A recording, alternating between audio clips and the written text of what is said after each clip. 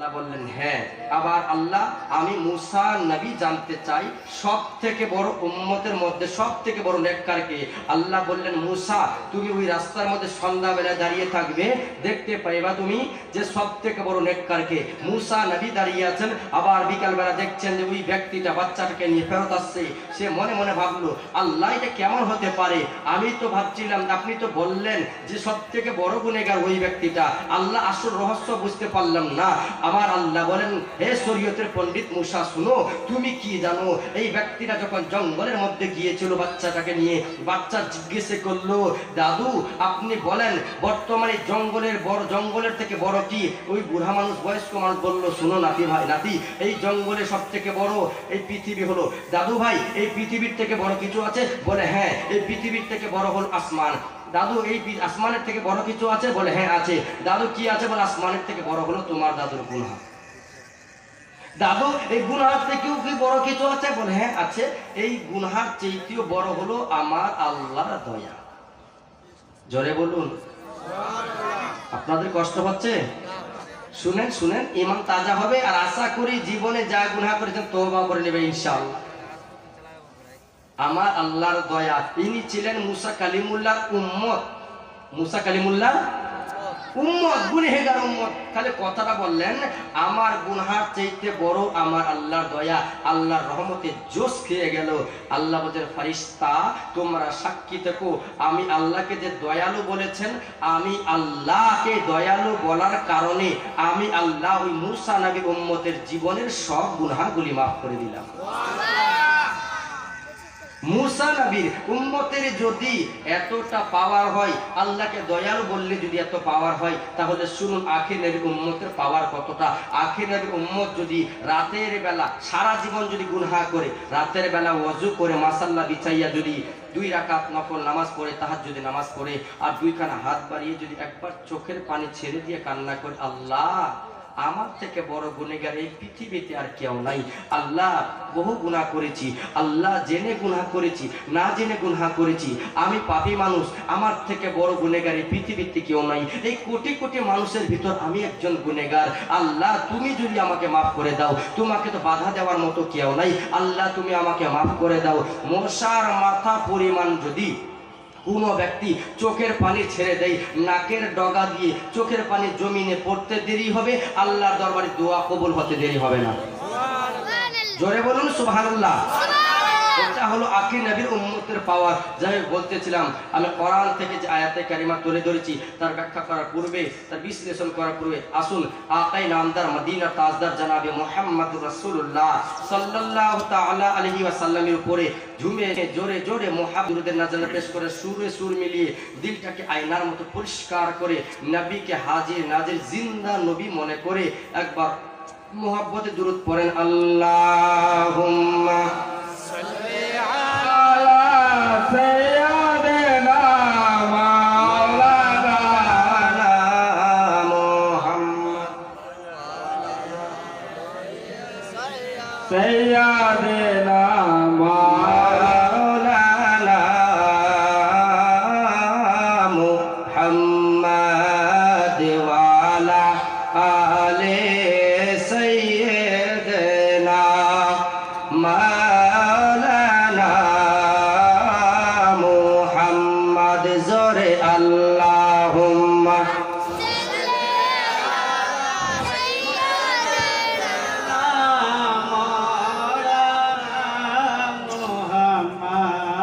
ওয়া আলা আলি সাইয়্যিদিনা মাওলানা মুহাম্মদ সাল্লাল্লাহু তাআলা আলাইহি ওয়াসাল্লাম।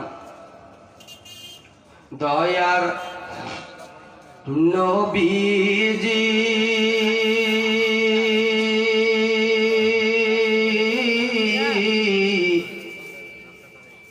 কোন দেশেতে আছো জাগিয়া, দয়ার নবী গো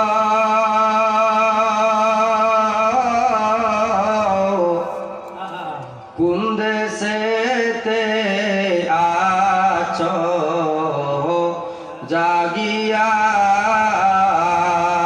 দয়ার নবী গো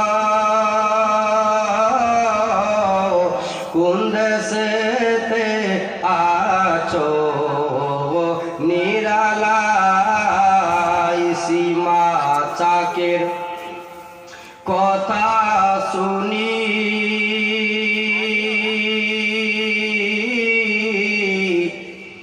দায় হালে মায়েরে খুঁজে ব্যাকল মনে সীমা চাকের কথা শুনি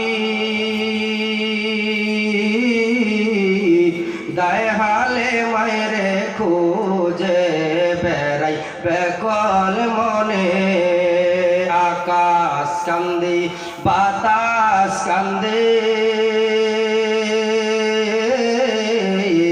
আরো কান্দে চন্দ্র এসে তারা বলুন সুবহানাল্লাহ বলে কান্দে বেড়াই আল্লাহ পাই না কেন তোমারে কেন গেলে দুনিয়া ছাড়িয়া দয়ার নবী গো কোন দেশেতে আছো জাগিয়া একদিন বসে একটি বুড়ি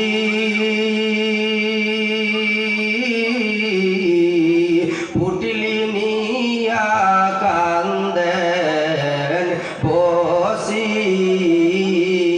একদিন বসে একটি বুড়ি পুটলি নিয়া কান্দেন বসি আরে দয়ার নবী পুটলি কানা দিলে পৌঁছায়া কেন গেলে দুনিয়া ছাড়িয়া একদিন বসে একটি বুড়ি পুটলি নিয়া কান্দেন বসি আরে দয়ার নবী পুটলি কানা দিলে পৌঁছায়া কেন গেলে দুনিয়া ছাড়িয়া দয়ার নবী গো কোন দেশেতে আছো নিরালাই বুড়ি বলে ওরে ছেলে তোমার নামটি দাও না বলে গো সুবহানাল্লাহ বলুন বলে ওরে ছেলে তোমার নামটি দাও না বলে গো আরে তোমার নামটি না বলিলে সোনা তোমায় আমি ছাড়ব না কেন গেলে দুনিয়া ছাড়িয়া দয়ার নবী গো কোন দেশেতে আছো নিরালাই নবী বলে ওরে মাতায়া যার ভয়ে আসলে পালায়া নবী বলে ওরে মাতায়া যার ভয়ে আসলে পালায়া ওরে আমি তো সেই দয়ার নবী নামটি আমার মোস্তফা কেন গেলে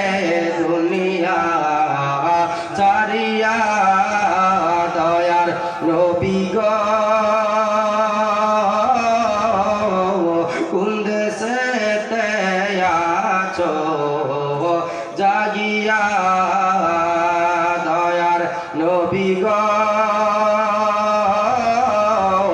কোন দেশেতে আছো নিরালাই বুড়ি বলে ওরে ছেলে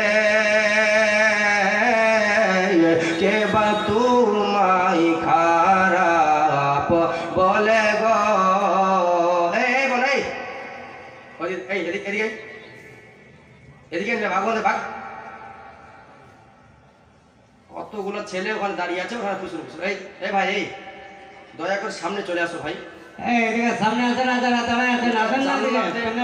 একটা মজলিস এটা হলো জান্নাতের টুকরা মজলিস না না আসলে পরে চলে যাও কেন জান্নাতের টুকরা মজলিস ঠিক কিনা বলেন এখন আসেন এখন বেয়াদবের মতো থাকেন না চলে যান পরিষ্কার কথা আমার যারা শুনবে তারাই হলো ইমানদার যারা শুনবে না ইমান দুর্বল আছে আহলে বাইতের যখন আলোচনা করা হবে মানুষ ছুটে আসে আগের জামানায় মানুষ হেঁটে হেঁটে বক্তব্য শুনতে যেত আর বর্তমান যুগে দেখেন ওখানে গল্প লাগিয়ে দিয়েছে এটা ঠিক নয় বর্তমান সমাজ আমাদের কিন্তু অনেকটা চেঞ্জ হয়ে যাচ্ছে বা লক্ষ্য রাখবেন কিন্তু ছেলে মেয়ের দিকে আকালমানকে নিয়ে ইশারা কাফি আমি ইশারা দিয়ে কথা বলি বুঝবেন বর্তমান সময় লক্ষ্য করবেন ভুল পথে ছেলে মেয়ে যাচ্ছে না তো আবার গজল কি বলছে শুনুন বুড়ি বলে ওরে ছেলে কে বা তোমায় খারাপ বলে গো আরে যদি পারো তোমার কালমা শরীফ দাও না আমায় পড়ায়া কেন গেলে দুনিয়া ছাড়িয়া দয়ার নবী গো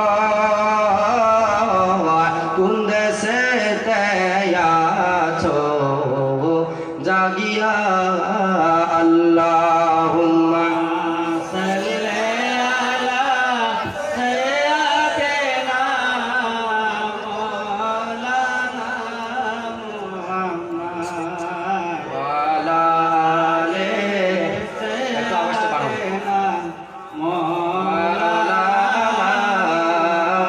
মুহাম্মদ সাল্লাল্লাহু আলাইহি ওয়াসাল্লাম যাই হোক বলছিলাম আমি কোরআন থেকে আয়াতে কারিমা তুলে ধরেছি খুবই একখানা সুপরিচিত আয়াত আল্লাহ পাক রব্বুল ইজ্জাত বলেছেন হে ঈমানদার গণেরা তোমরা সবুর ধরো নামাজের মাধ্যমে আর যারা সবুর ধরলো সবুরকারীদের সঙ্গে আমি আল্লাহ রয়েছে বলুন সুবহানাল্লাহ সুবহানাল্লাহ সুবহানাল্লাহ আমরা বড় ভাগ্যবান যে আখির নবীর উম্মত হতে পেরেছি বলুন সুবহানাল্লাহ আমরা গুনহেগার সিয়াকার বদকার পাপী আর ইমামে হুসাইন নিজের গর্দন দিয়েছেন কারবালার ময়দানে কিয়ামতের দিনে মা ফাতেমাতুজ জোহরা ওই ইমামে হুসাইনের রক্তাক্ত কাপড় কিয়ামতের দিনে আল্লাহর দরবারে তুলে ধরবেন আর বলবেন আল্লাহ আমার ছেলে আমার কলিজার টুকরা নয়নের মণি নিজের মাথা মোবারক দিয়ে আল্লাহ ইসলামকে ফিতনা ফাসাদ থেকে বাঁচিয়েছেন আল্লাহ এই রক্তের বিনিময় আমার নবীর এক একটা উম্মতকে তুমি মাফ করে জান্নাতি করে দাও সুবহানাল্লাহ সুবহানাল্লাহ ওই নবীর উম্মত আমরা বড় ভাগ্যবান আচ্ছা আগামী কালকে কোথা থেকে ছেড়েছিলাম কার মনে আছে বা বলেন তো জি মা যারা এখন আসছেন মা সামনের দিকে চলে আসেন পিছনে জায়গা নেই সামনে আসেন মা সামনে আসেন যারা এখন আসছেন সামনের দিকে চলে আসেন মা এই ভলেন্টিয়ার কেউ নাই এখানে জালসার কই ভলেন্টিয়ার নাই ভলেন্টিয়ার একটু যান ভাই যান ওনার বসার ব্যবস্থা করে দেন পিছনে যদি মানুষ থাকে তো বক্তব্য দিয়ে এনার্জি থাকবে না সামনে চলে আসুক তাহলে ভালো লাগে বক্তব্য দিতে মা দয়া করে সামনে চলে আসেন আর কালকে বলবো একটা দয়া করে সেক্রেটারি সাহেব এখানে একটা কাপড় দিয়ে দেবেন ছোট্ট কাপড় লম্বা করে যেন মারা এখানে বসতে পারে তারা একটু হয়তো লজ্জাও পেতে পারে ঠিক না একটা মাঝখানে একটা কাপড় দিয়ে দেবেন মা বোনেরা এখানে সামনে বসবে ভালো লাগে বক্তব্য দিতে কালকে ছেড়েছিলাম যে ইমামে হুসাইন রাদিয়াল্লাহু তাআলা আনহু নিজের আল আওলাদকে নিয়ে মক্কায় পৌঁছে গিয়েছিলেন নাকি বলেন মনে আছে মক্কায় পৌঁছে গেছিলেন, কিন্তু যখন মক্কায় এসেছিলেন কচি বাচ্চি সুগরা কান্না করছিলেন, বলেছি কালকে, পাও ধরে কান্না করছিলেন, বাবা আমাকে ছেড়ে যেও না, প্রয়োজন হলে তোমার দাসী হয়ে যাব, হেঁটে হেঁটে যাব, তবু আমাকে রেখে যেও না। তার প্রিয় সুগরাকে মদিনায় রেখে এসে মক্কায় ইমামে হোসাইন আগমন করেছেন। এতটুকু তো বলে ছেড়ে দিয়েছেন নাকি? মক্কায় যখন পৌঁছেছিলেন তার আগে ইয়াজিদের লোক ইবনে জিয়াদ সে জানতো যে মক্কায় ইমামে হোসাইন যাবে। তার আগে ইবনে জিয়াদ মক্কার মধ্যে ওয়ালিদ বিন মুগাইরাকে পাঠিয়ে দিয়েছিলেন। ওয়ালিদ বিন মুগাইরাকে পাঠিয়ে দিয়েছিল মক্কার মধ্যে। আর কিতাবের মধ্যে পাওয়া যায় ওয়ালিদ বিন ইমারা নাম, ওয়ালিদ বিন ইমারা। আমরা নিজস্ব কিছু কিছু আমরা জানি যে ওয়ালিদ বিন মুগাইরা শর্টকাটে নাম, তাকে মক্কায় পাঠিয়ে দেওয়া হয়েছিল, চিঠি লিখে দেওয়া হয়েছিল, হোসাইন তুমি মক্কা থেকে কুফায় আসো আর ইয়াজিদের কাছে বায়াত করো।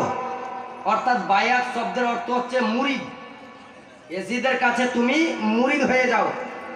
তো ইমামে হোসাইন বলেছিলেন কি শুনুন, আমি ইমামে হোসাইন নবীর নওয়াসা, নবীর নাতি, মা ফাতেমাতু জহরার ছেলে, হযরতে আলীর কলেজার টুকরা।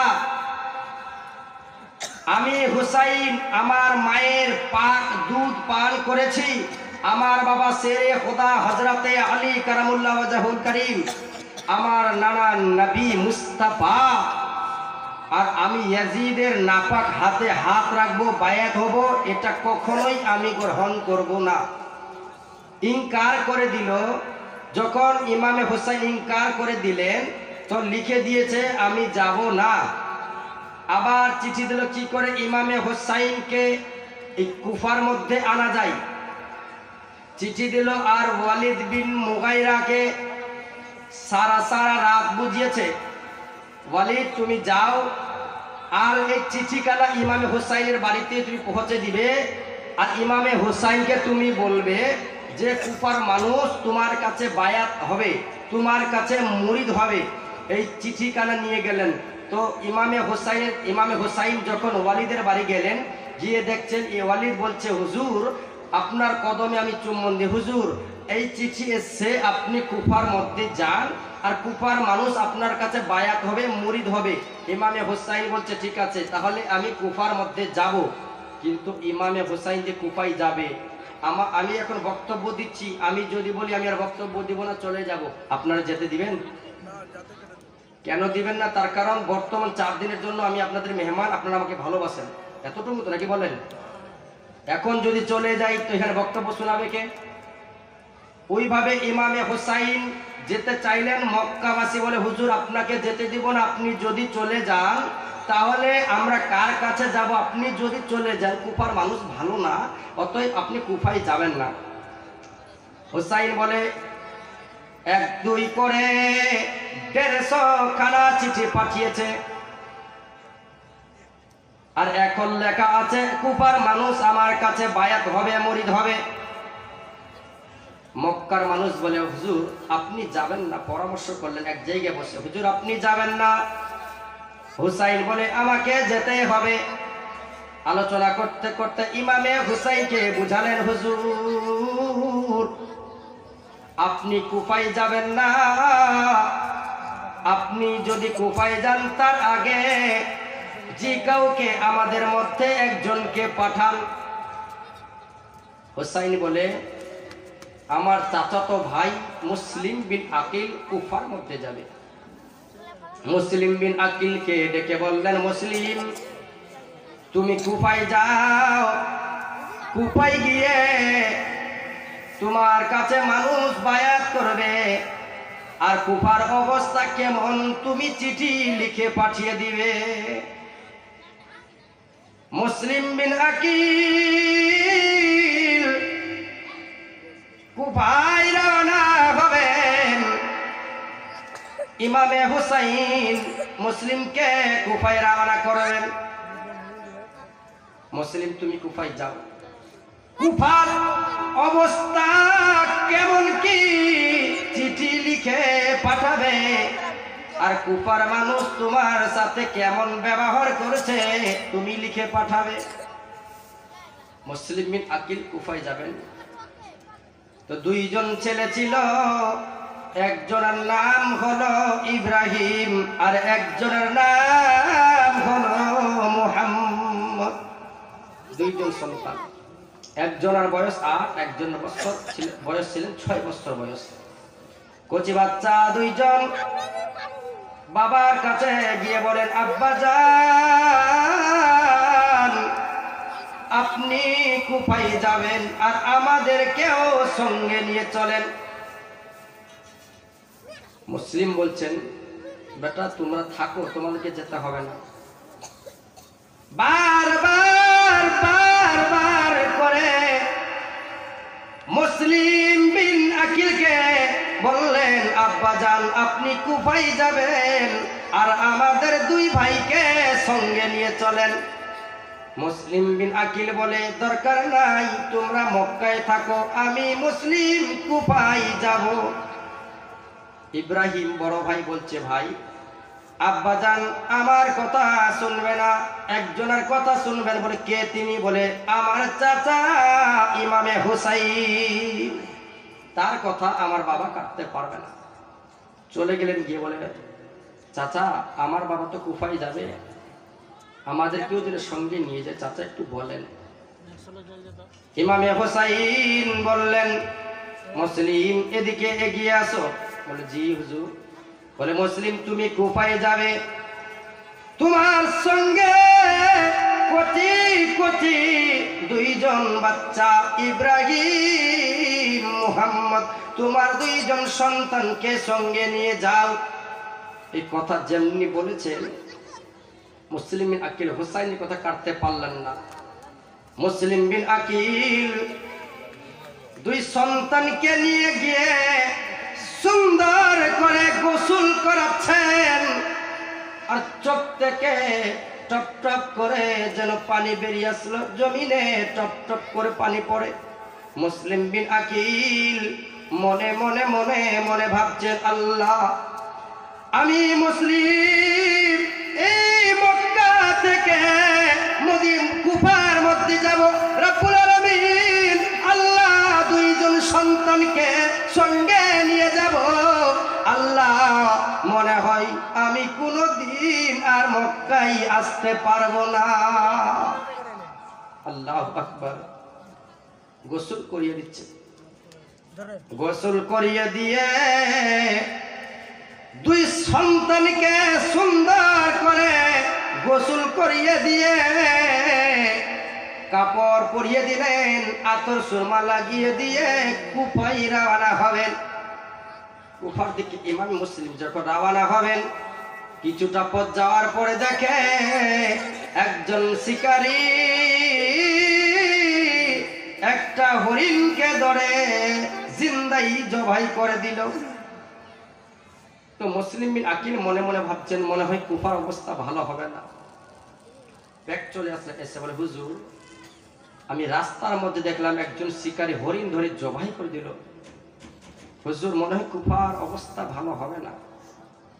ইমামে মুসলিম এই কথা যেমনি বলেছেন, ইমামে হুসাইন বলেন, মুসলিম তুমি যদি ভয় পাও তাহলে আমি হুসাইন অন্য কাউকে কুফায় পাঠাবো। মুসলিম বিন আকিল ইমামে হুসাইনের কাছে গিয়ে বললেন, ভাইজান আমি মুসলিম আপনার জন্য নিজের জান কুরবান করে দিতে রাজি। ভাই গো আমি এখন বিদায় নিলাম। মক্কায় গিয়ে সালাম জানিয়ে দিলেন, আলবাদা আলবাদা, মক্কা শরীফকে আলবাদা জানিয়ে কুফায় রওনা হয়ে গেলেন। ইমামে মুসলিম যাওয়ার আগে ইমামে হুসাইনকে বলেছিলেন, হুজুর আমি তো যাব, তবে আমার মনে একটা ইচ্ছা, আপনার পিছনে ফজরের নামাজ পড়ব। ইমামে মুসলিম নামাজ পড়লেন আর রওনা হলেন, কুফার মধ্যে চলে গেলেন। যখন কুফার মধ্যে গেলেন, ইমামে মুসলিম কুফায় পৌঁছে গেলেন। যেই টাইমে পৌঁছেছিলেন ওই টাইমটাতে আসরের নামাজের টাইম হয়ে গেল। আসরের নামাজ আদায় করলেন। একটা বাড়িতে সাহারা পেল, ওই বাড়িতে থাকলো, থাকার পরে মানুষ একের পর এক ইমামে মুসলিমের কাছে বায়াত গ্রহণ করছে। এক এক করতে করতে 40,000 মানুষ ইমামে মুসলিমের কাছে যেন মুরিদ হয়েছিলেন। সুবহানাল্লাহ। কত মানুষ? 40,000 মানুষ। এবার এদিকে খবর ইবনে জিয়াদের কানে পৌঁছে গেল। ইবনে জিয়াদ, তুমি কি জানো? বলে কি? বর্তমানে কুফায় 2টা নারা চলে। কয়টা নারা? বলুন কয়টা? 2টা নারা চলে। বলে কি কি? একটা হুসাইন জিন্দাবাদ আর একটা ইয়াজিদ মুর্দাবাদ। ইবনে জিয়াদ যেমনি শুনেছে, সাথে সাথে মুসলিম বিন আকিলকে খোঁজাখুঁজির জন্য মানুষ লাগিয়ে দিল। মুসলিম বিন আকিল কোথায় আছে খোঁজাখুঁজি করো। আর মুসলিম বিন আকিল ওই জায়গা থেকে সরে গিয়ে উম্মে হানির ঘরে যেন গেলেন। ওই হানির বাড়িতে যখন গেলেন, মুসলিম বিন আকিল হানির বাড়িতে ছিলেন। এদিকে ইবনে জিয়াদ লোক পাঠিয়ে দিয়েছে, কোথায় রয়েছে মুসলিম খবর নাও। সমস্ত মক্কাই খুঁজাখুঁজি করে কোথায় গেলেন, কোথায় আছে মুসলিম বিন আকিল। মুসলিম বিন আকিলকে খুঁজে নিয়ে এসো, মুসলিম বিন আকিলকে খুঁজে নিয়ে এসো, যে কোনো হালাতে খুঁজে নিয়ে আসো। খুঁজাখুঁজি করে মুসলিম বিন আকিলকে খুঁজে পাওয়া যায় না। এলান করে দিলেন, কোথায় রয়েছে মুসলিম বিন আকিল। শুনে গিয়েছে মুসলিম বিন আকিলের কাছে মানুষ মুরিদ হয়েছে, বায়াত হয়েছে। যারা বায়াত গ্রহণ করেছো এখনো সময় আছে, তারা বায়াত ভেঙে দাও। যদি বায়াত গ্রহণ করে থেকে যাও তার সাজা হবে মৃত্যু। যেমনি কথা বলেছে, একের পর এক যতগুলি মানুষ মুরিদ হয়েছিল, বায়াত গ্রহণ করেছিল, সবাই একের পর এক বায়াত ভেঙে দিচ্ছে। আর এদিকে ইমামে মুসলিম জানে না আমার সঙ্গে এই কুফাবাসী এমন গাদ্দারি করবে, আমার সঙ্গে এই কুফাবাসী এমন গাদ্দারি করবে, আমার সঙ্গে এমন হারামি করবে। হযরতে মুসলিম বিন আকিল চিঠি লিখে দিয়েছেন, আসসালামু আলাইকুম ভাইজান ইমামে হুসাইন। এই কুফার মানুষ খুব ভালো মানুষ, এই কুফার মানুষ 40,000 মানুষ আমার কাছে বায়াত হয়েছে। ভাই হুসাইন, আপনি মক্কা থেকে মদিনায় রওনা হয়ে যান। লিখে দিয়েছে। ইমামে মুসলিম জানে না আমার সঙ্গে এমন গাদ্দারি করবে। আল্লাহু আকবার। যেমনি চিঠি পাঠিয়ে দিয়েছে, চিঠি পাঠানোরই কথা ছিল, সাথে সাথে যেন ইমামে মুসলিমের উপর কি বলে আপনার খুঁজাখুঁজি চালু করে দিল, দুশ্মনী চালু করে দিল। ইবনে জিয়াদের মানুষ খুঁজতে খুঁজতে সমস্ত কুফাই লোক মানুষ লাগিয়ে দিল। উম্মে হানিকে বারবার করে বলে, উম্মে হানি তুমি কি জানো মুসলিম বিন আকিল কোথায় আছে? উম্মে হানি তো বলে না, চুপচাপ আছে বলে আমি বলতে পারবো না। সমস্ত কুফাই খুঁজাখুঁজি করে কোথাও পাওয়া যায় না ইমাম মুসলিমকে। এদিকে ইবনে জিয়াদের দল বলে, যারা বায়াত হয়েছে বায়াত ভেঙে দাও। যদি বায়াত না ভেঙে দাও তাহলে তার সাজা একটাই, সেটা হলো মরণ। এই কথা যেমনি বলেছে, 40,000 মানুষ বায়াত হয়েছে। এক এক করে মানুষ বায়াত ভেঙে দিল। ইমামে মুসলিমের কাছে যারা হাতে হাত রেখে ওয়াদা করেছিল, হুজুর আপনার জন্য আমরা জীবন দিয়ে দিব, আপনার জন্য নিজের জীবন দিতে রাজি, কিন্তু কোনদিন আপনাকে যেন ছেড়ে যাব না, এই কথা বলেছিলেন। কিন্তু ইবনে জিয়াদের লোক এমন ভাবে ধুমকি চালিয়েছে, এমন ভাবে ভয় দেখিয়েছে, ভয়ে যেন মুরিদ বায়াত যে হয়েছিল বায়াত ভেঙে দিল। ভয়ে বায়াত ভেঙে দিল, একের পর এক বায়াত ভেঙে যাচ্ছে। ইমামে মুসলিম উম্মে হানির ঘরে, আর উম্মে হানিকে বারবার জিজ্ঞাসা করছে, উম্মে হানি বলো বলো তুমি কি দেখেছো, কোথায় আছে? উম্মে হানি কোনো কথা বলে না। ইবনে জিয়াদ চালাকি করে একজন ব্যক্তিকে যেন পাঠিয়ে দিল, দেখো কোথায় রয়েছে ইমামে মুসলিম, কোথায় পাওয়া যায় ইমামে মুসলিমকে দেখো। চালাকি করে সাজিয়ে, অভিনয় যেমন করে ওইভাবে সাজিয়ে খুঁজাখুঁজির জন্য পাঠিয়ে দিল। এখানে খুব দুঃখের বয়ান আছে, ইনশাআল্লাহ চোখের পানি পড়বে বাপ, শুনেন। খুঁজাখুঁজির জন্য পাঠিয়ে দিল। খুঁজতে খুঁজতে উম্মে হানির ঘরে গেল, গিয়ে বলে মুসলিম কোথায় আছে? সে কিন্তু জানে না উম্মে হানি যে এই ব্যক্তির ইবনে জিয়াদের লোক।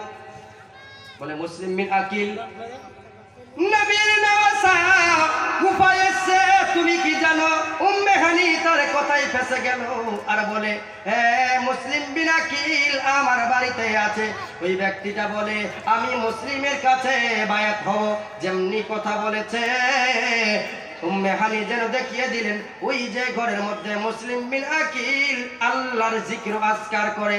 যেমনি দেখে নিয়েছে, সকালবেলা ইবনে জিয়াদের কাছে খবর পৌঁছে গেল, ইবনে জিয়াদ মুসলিম বিন আকিল যেন উম্মে হানির বাড়িতে রয়েছে। এই কথা যেমনি বলেছে উম্মে হানির বাড়িতে আছে, সাথে সাথে